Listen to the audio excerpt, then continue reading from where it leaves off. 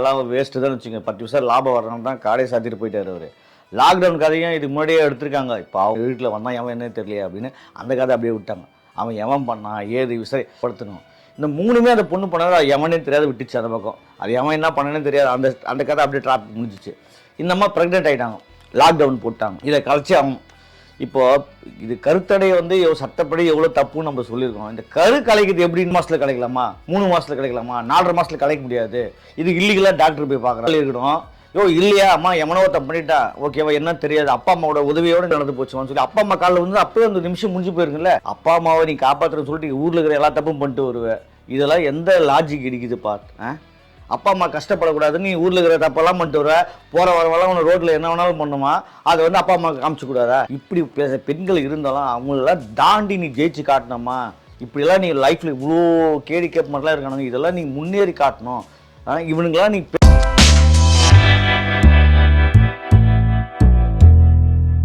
AR Jeeva இயக்கத்தில் அனுபமா பரமேஸ்வரன் நடிப்பில் வெளியே வந்திருக்கும் லாக்டவுன் படத்தை பற்றி தான் பார்க்க போகிறோம். இந்த படத்தோட கதைன்னு கேட்டிங்கன்னா அதுவும் வந்து உண்மை கதைன்னு அவர் போடுறாரு. வந்து உண்மையாக நடந்த கதை அப்படின்னு.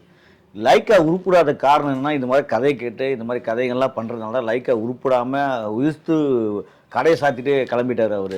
சுபாஸ்கரன் லண்டன் கிளம்பிட்டார். ஏன்னா லைக்கா ஒரு நிறுவனம்லாம் வந்து அவங்க கையால் ஃபஸ்ட்டு அந்த கத்தி படத்துக்குலாம் ஒரு ஃபோன் வாங்கியிருக்கோம். கையில் ஃப்ரீ ஃபோன் கொடுப்பாங்க, நல்லா ப்ரெஸ்ஸு மீடியாலாம் நல்லா கவனிப்பாங்க. ஆனால் அவங்க அந்த கம்பெனி பல படங்கள் எடுத்துகிட்டு எவ்வளோ நடிகர்லாம் வச்சு படம் எடுத்துகிட்டு கடைசியில் இன்றைக்கி கடையை சாத்திட்டு போகிறதுக்கு காரணம் இந்த லாக்டவுன் மாதிரி கதையெல்லாம் தேர்ந்தெடுக்கிறதுனால தான்.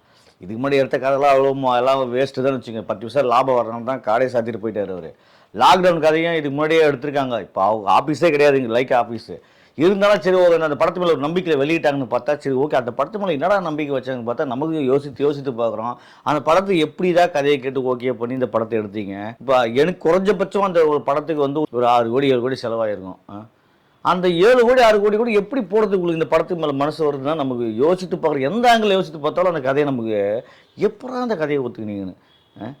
உண்மையாக நடந்த கதையில் நம்ம என்ன உண்மையாக நடந்த கதை எப்படி எடுக்கிறோம்?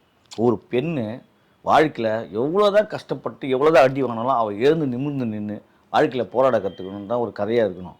இந்த கதையில் பார்த்திங்கன்னா அனுபமா பரமேஸ்வரன் நல்ல குடும்பம். சார்லி அப்பா, நிரோஷா அம்மா, ஒரு தங்கச்சி, ஒரு பாட்டி, நல்ல சூப்பரான படிச்சிருக்கு, நல்லா ஐடி வேலை பார்க்குது, அவ்வளோ பாசமான குடும்பம். சரி இந்த பக்கம் பார்த்தீங்கன்னா அவர் வேலை செய்கிற சார்லி வேலை செய்கிற லிவிங்ஸ்டன் அந்த குடும்பம். அந்த பொண்ணு பார்த்தீங்கன்னா லவ் மேரேஜில் யாரோ பையனை கூப்பிட்டு ஓடிடுது. இந்த படத்துக்கு அந்த கதைக்கு எதுவும் சம்மந்தமே கிடையாதுன்னு வச்சுக்கோ.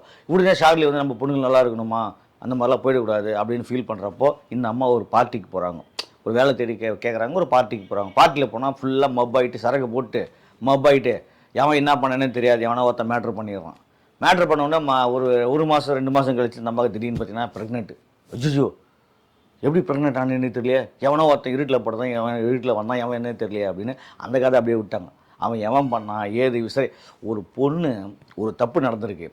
ஒன்று அவன் யாருன்னு கண்டுபிடிச்சி அவனை பழி வாங்கணும், சட்டத்துக்கு முன்னாடி நிற்க வைக்கணும். இல்லையா இல்லீகலாக அந்த பொண்ணு அதை கண்டுபிடிச்சி புறம்போக்கு பொறுக்கி செருப்பால் அடிக்கணும். இந்த மாதிரி பண்ணியிருக்கடா, நீங்கள்லாம் வந்து ஒரு நல்ல குடும்பத்தில் பிறந்தடான்னு அடிச்சிருக்கணும். இல்லை அடுத்தது அவனை கல்யாணம் பண்ணின்னு மாடா உன்னை சாவரலையும் உன்னை எனக்கு அடிமையாக வைக்கிறேன், உன்னை என்னையா இது இப்படி பண்ண அப்படின்னு சொல்லி அவனை அடிமையாக படுத்தணும். இந்த 3மே அந்த பொண்ணு பண்ணாலும் அது எவனே தெரியாது விட்டுச்சு அந்த பக்கம். அது எவன் என்ன பண்ணனே தெரியாது. அந்த கதை அப்படியே ட்ராப் முடிஞ்சிச்சு. இந்த அம்மா ப்ரெக்னென்ட் ஆகிட்டாங்க, லாக்டவுன் போட்டாங்க. இதை கழிச்சு அவன் இப்போது இது கருத்தடை வந்து சட்டப்படி எவ்வளோ தப்புன்னு நம்ம சொல்லியிருக்கோம். இந்த கரு கலைக்கிறது எப்படின்னு இந்த படம் ஃபுல்லாக விளக்க சொல்கிறாங்கய்யா. மாத்திரை போடலாமா, இல்லைம்மா மாத்திரை போடக்கூடாதும்மா, அப்புறம் 1.5 மாதத்தில் கிடைக்கலாமா, 3 மாதத்தில் கிடைக்கலாமா, 4.5 மாதத்தில் கலைக்க முடியாது. இது இல்லீகலாக டாக்டர் போய் பார்க்குறாங்க. இல்லீகலாக வந்து காசு கொடுத்து எப்படி கலைக்கணுன்றதை கிளாஸ் எடுக்கிறாங்க. படம் பார்க்குறவங்க கருவை கலைக்கிறது கிளாஸ் எடுக்கிறீங்களே, உங்களுக்கு அறிவு இருக்கா? சட்டப்படி கருவை காமிக்கிறதே ரொம்ப கஷ்டம். இதில் வந்து பார்த்தீங்கன்னா கருவை கலைக்கிறது எப்படின்னு கிளாஸ் எடுக்கிறானுங்க பாதி படத்தில். சரி அதை கூட கருவை கழிச்சு கடைசியாக கருவை கழிச்சிட்டு ஒரு டிஸ்டம் பாருங்க என்னென்னு. அந்த டாக்டரு பணம் கேட்டாராம், அதுக்கப்புறம் பணம் கொடுக்க முடியல, இந்த அம்மா போய் படுத்துட்டாங்களாம்.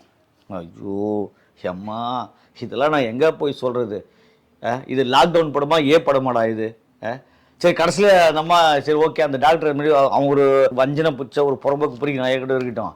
சரி ஓகே இந்த அம்மா அவனை எல்லாம் மேட்ரு முடிச்சுட்டு நம்ம வந்து அப்புறம் ஃபீல் பண்ணி அழுகுறது எதுக்கு இந்த படம் நாங்கள் பார்க்கணுன்றேன். அவனை போட்டு தள்ளி இருக்கணும். இல்லையா அம்மா எவனோ ஒருத்தன் பண்ணிட்டா ஓகேவா என்ன தெரியாது, அப்பா அம்மாவோட உதவியோடு இந்த பொண்ணு வேற ஏதாவது பண்ணியிருக்கணும். ஓகே இந்த அப்பா அம்மா உதவியோட டாக்டர் போய் பார்த்துருக்கணும். அம்மா இந்த மாதிரி ஒரு தப்பு நடந்து போச்சுமான்னு சொல்லி அப்பா அம்மா காலில் வந்து அப்பவே அந்த நிமிஷம் முடிஞ்சு போயிருக்குல்ல. அப்பா அம்மாவை நீ காப்பாற்றுறன்னு சொல்லிட்டு ஊரில் இருக்கிற எல்லா தப்பும் பண்ணிட்டு வருவேன். இதெல்லாம் எந்த லாஜிக் இடிக்குது பார்த்து. அப்பா அம்மா கஷ்டப்படக்கூடாதுன்னு நீ ஊரில் இருக்கிற தப்பெல்லாம் பண்ணிட்டு வர, போகிற வரவெல்லாம் உன ரோட்டில் என்ன வேணாலும் பண்ணுமா, அதை வந்து அப்பா அம்மா காமிச்சக்கூடாதா? இப்படி பெண்கள் இருந்தாலும் அவங்களெல்லாம் தாண்டி நீ ஜெயிச்சு காட்டணுமா? இப்படிலாம் நீ லைஃப்பில் இவ்வளோ கேடி கேப் மாதிரிலாம் இருக்கணும், இதெல்லாம் நீ முன்னேறி காட்டணும். இவனுங்களாம் நீ பேஸ் பண்ணி காட்டணும்னு நீ அது குனிஞ்சு போகக்கூடாது, நிமிர்ந்து நிற்கணும் அப்படின்னு சொல்லியிருந்தா அந்த படம் கைத்தட்டி பாராட்டிக்கலாம். அந்த பொண்ணு அவன் போகிறான் மேட்ருக்கு போகிறான், அங்கே போய் படுத்துது. எவன் ஒருத்த குடிச்சிட்டு போய் அங்கே பண்ணுறான், அவன் எவனோ பண்ணிட்டான், அவன் ப்ரெக்னென்ட் ஆகிடுது. ப்ரெக்னென்ட் ஆனதை போய் மாத்திரை கலைக்கணும், ஒரு ஃப்ரெண்டோட கூப்பிடணும், அங்கங்கே டாக்டர்கிட்ட போய் சுற்றிட்டு இருக்குது, இல்லீகலாக காசு கொடுக்குது, இப்படியெல்லாம் கரு கலைக்கலாம்னு சொல்லி போகுது.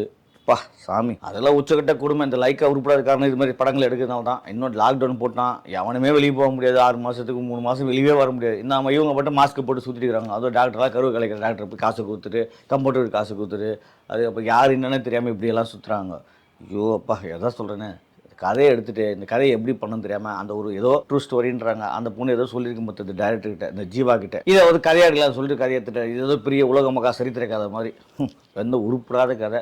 லாக்டவுன் வந்து பார்த்துட்டு நொந்து நூலாக தான் வந்தோம். ஏதாவது கொஞ்சம் நல்லா இருக்குன்னு பார்த்தோம். கேமரா ஒர்க் சூப்பராக இருந்தது. உண்மையிலே கேமரா ஒர்க் ரொம்ப சூப்பராக இருந்தது. ஆனால் டைரக்டர் ஜீவா இந்த கதையெல்லாம் எடுத்துகிட்டு பாவம், நீங்கள் லைக்காகவே ஓகே பண்ணிங்க பார்த்தியா, நீங்கள் மகா நடிகன் தான் என் தலைவா. ஓகே விடுங்க, லைக் ஆப் விட்டுருக்கு, அதை பற்றி பேசுறது வேஸ்ட்டு. நம்ம இந்த படம் பார்த்துட்டு வரப்போ நமக்கு மியூசிக் நல்லா இருந்தது, கேமரா ஒர்க் நல்லா இருந்தது. மற்றபடி அனுபமா பரமேஸ்வரன் ரொம்ப அழகாக ஷெட்யூலாக நடிச்சிருக்காங்க. அவங்க என்ன பண்ணுவாங்க, கதை சொல்லிட்டாங்க, அவங்க கதைக்கு ஏதோ பிடிச்சிருக்கும், சொல்கிறப்ப கதை நல்லா இருந்திருக்கலாம், எடுக்கிறப்ப இந்த மாதிரி குத்துயிரும் கொலவீரமாக எடுத்து வச்சுருக்காங்க.